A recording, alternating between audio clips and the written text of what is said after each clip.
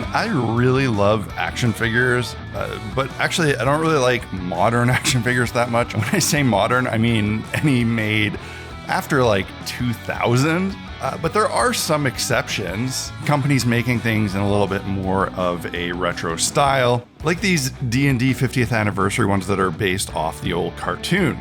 I picked this up on a trip last summer, and I chose one from this series because it's more cartoonish than the ones from the Ultimate series that look too realistic for me.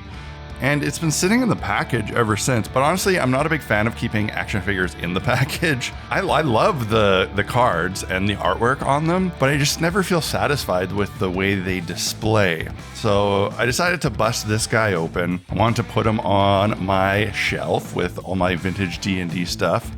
But I thought he would look way too plain just standing on his own, so I figured I'd have to make him some sort of little display stand. And this is really in line with my childhood and how I interacted with action figures. I wasn't really big on playing with them, like playing make-believe, and I guess using them as toys. I tended to just spend all my time setting up scenes. You know, if it was G.I. Joe's, it would be this big battle scene. I'd never act out the battle, I would just set it up. Star Wars, same thing. So I guess that kind of makes sense considering where I ended up and what I love to do. So yeah, making a little scene for this guy is right in line with my current love and my childhood style of playing, quote unquote, with toys. I really enjoyed building with these larger scale bricks.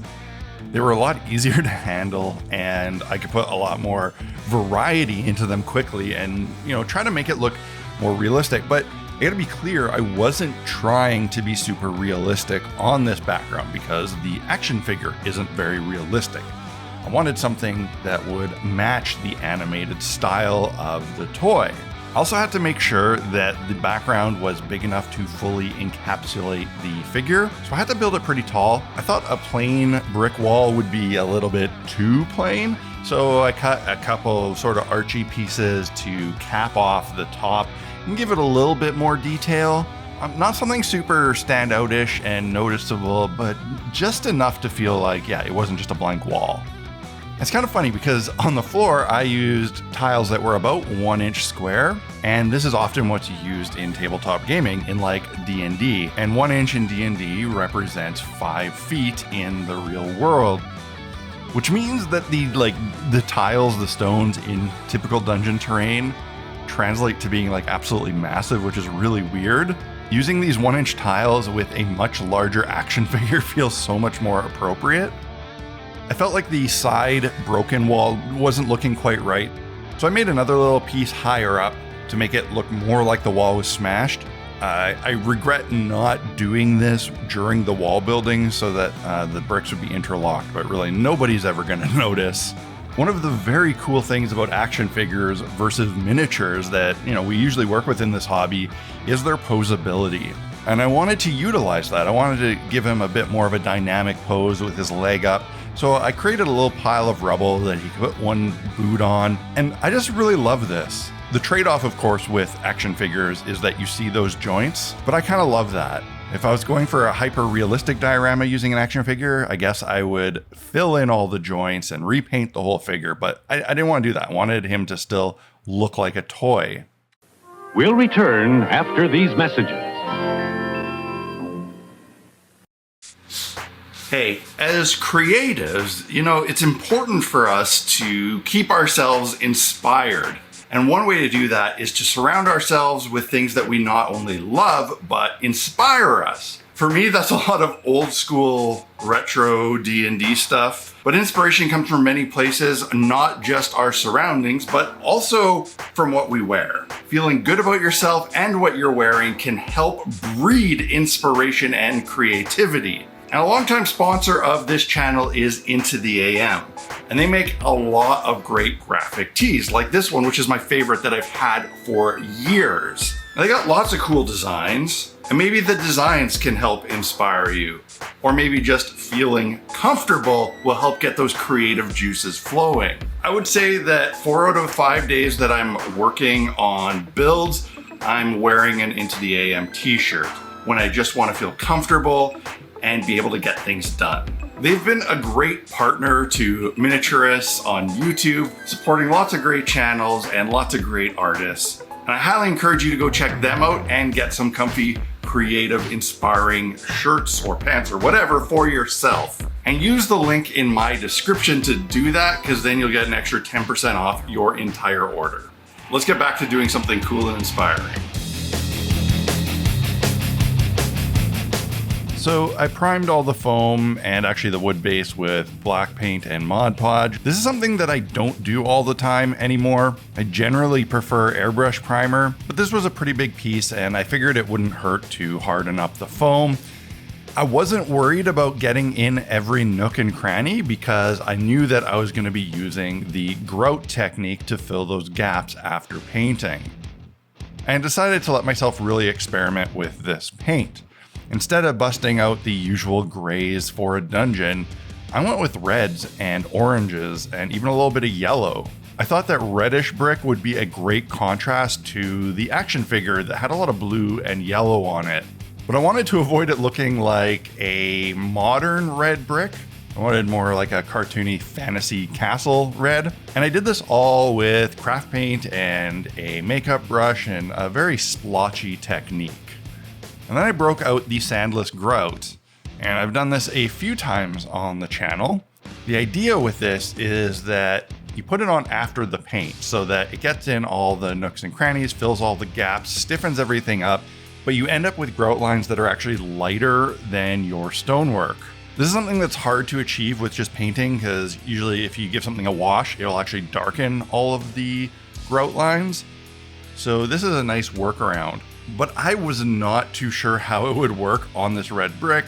I knew that it would probably need to be tinted with some inks afterward because, they would be too light colored. But I was in a fun, playful, experimental mood. And I knew that if anything didn't really work out, I could always just repaint the thing. Which is kind of what happened. I didn't quite like the way it looked. It just wasn't sitting right for me. So I decided to take it into the airbrush and play with a lot of acrylic inks and speed paints through the airbrush without much plan and basically messing around until I got things looking the way I wanted, which I eventually did. The wood base was looking very rough, so I gave it a sanding and a damp wet down. I masked off all my painted brick so that I could take it back into the spray booth and hit the base with some black rattle can primer and paint. And I was glad to see that my masking kept everything nice and safe and things were looking pretty darn good. The background was still a little too plain though. Like I said, I wanted to keep this looking like an action figure set. Not a realistic diorama, but it needed something. So I grabbed a length of chain, which I had already painted in a previous build, and it was the perfect scale for this figure. But I wanted some shackles on the end and an iron plate to attach it to the wall. So I grabbed some oven baked clay and sculpted these little details. I'm no master sculptor, and I don't work with this material very much, but I found that working at this size and this scale was actually pretty forgiving and a great way to learn versus the much smaller miniature scale I normally work in. I'm actually really happy with how this turned out. Quick sculpt and paint job, and when I put it on the wall, it really looked fantastic. And I love the fact that the chain is fed through the loop. It can still be moved and pulled, but it can't fall out. The perfect complement to this action figure. The last big challenge was finding a way to get the figure to stand up securely. I didn't want to glue it to the base. I wanted it to be removable and reposable. My first thought was putting a little toothpick in the hole in the bottom of his foot and pegging that into the foam. But the foam was too soft for this to hold securely. It was too wibbly wobbly. Actually, it did nothing.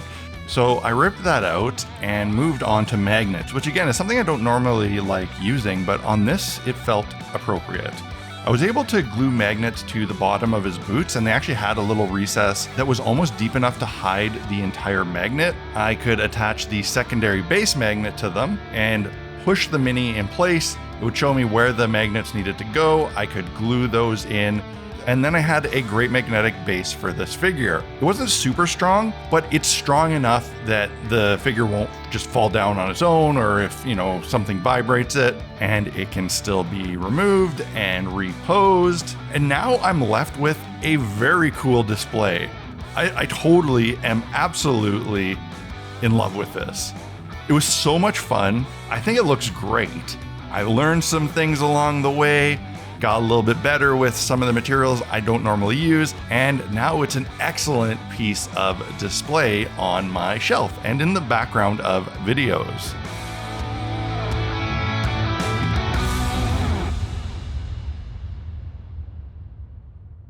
All right, thanks for watching. Hope you enjoyed it. Head over to blackmagiccraft.ca. There you can pick up some of my merch, miniatures, builds, etc. Or if you want to help support the channel, a great way to do it is on Patreon. I'll see you again next video. Cheers.